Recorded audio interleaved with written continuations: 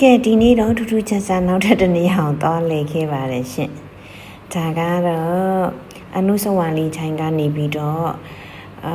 လိုင်းက9-2လိုင်းကားလေးကိုစီးပြီးတော့သွားတဲ့ကားလေးဖြစ်ပါတယ်ရှင်လိုင်းကနံပါတ်922ဖြစ်ပါတယ်ဘယ်ကိုသွားသလဲဆိုတော့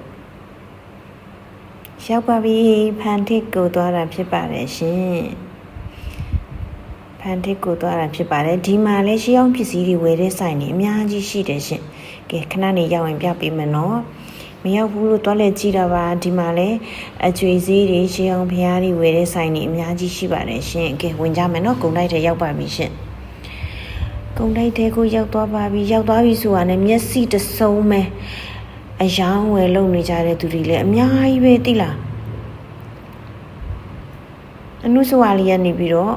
လိုင်းကနံပါတ်922စီးသွားလို့ရောက်တယ်နော်ဖန်တီကုံတိုင်းမှာဆင်းပြီးတာနဲ့အဲ့မှာ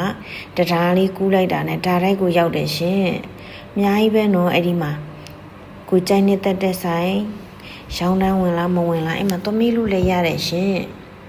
သူတို့တွေလည်းအဲ့လိုပဲရှောင်းပစ္စည်းတွေဝယ်တဲ့နေရာလေးဖြစ်ပါတယ်ရှင်မျက်စိတစုံပဲစိတ်ကြိုက်တာရွေးချယ်ပြီးကြိုက်တဲ့ဆိုင်မှာသွားမေးကြပေါ့ရှင်ခင်အားလုံးစင်မိကြပါစီနောက်ထပ်တည်တဲ့ဆိုင်လေးတွေရောက်ဖို့ရင်လည်းထပ်ပြီးတော့မိတ်ဆက်ပေးပါအောင်မယ်လိုက်ရှယ်လေးတွေလည်းလောက်သွားပေးကြပါရှင်ထူးခြားရင်အများကြီးတင်ပေးဦးမယ်နော်